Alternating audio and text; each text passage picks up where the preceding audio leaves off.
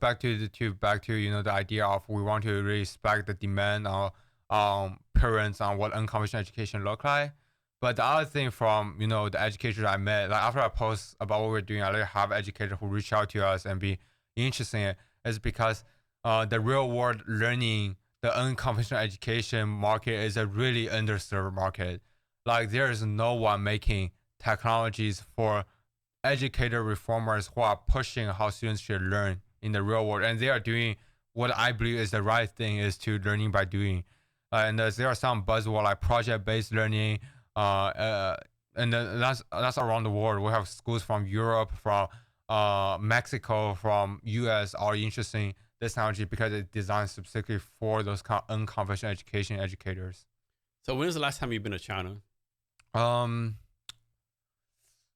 I think last actually 2 years ago. Years ago? Okay. Hmm. So what are some things about China that Americans are wrong about, right? Like what's like a Chinese stereotype that Americans think that are completely wrong? Or what about China do you wish more Americans knew about? One thing, yeah, I think there's this idea of patriarchy and nationalism, and I think one thing I really like about China or being Chinese is really the culture, like not like the current culture, but like the deep history it has, and a lot of it surprisingly align really well with Marcus Aurelius, with Stoic philosophy, and I made that connection with Greek philosophy from reading a lot of Asian Chinese book. And there's one like the Art of War being really popular Yeah. in Yeah. in here, but there are a lot of more ideas, more books, like Lao Tzu, who write Dao De Jing, and however, there are certain ideas from China culture that is popularized, but now is what I believe is the right thing, which is like Confucianism, really emphasize the idea of leveling or bureaucracy, and I believe that's not, and I think a lot of people take Confucius like the guy for Asian Chinese culture, but he's really not, and he's actually one of the students from Lao Tzu, which is believing completely different things than he does.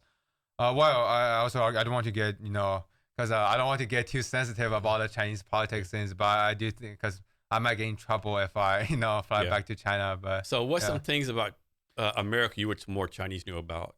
um, a lot. Actually, America is radically different than I think the media in Chinese play, and one of the reasons is because the media in China does a really, I think it's actually really evil for them to censor or choosing what kind of information people see, and especially those people are likely to be teens, likely to be kids, likely to be young adults, and there's no way for them to figure out what is like in the real world, what is like in the real life how American is actually is.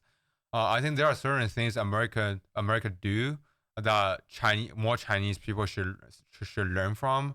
One of them is really the idea of being a giver. Like there's this book called Give and Take. I don't know if you read it, but it's really emphasized how the most successful individuals are givers. They provide value. They provide value after value, without seeking for return. Because in the long term, those kind of people always win.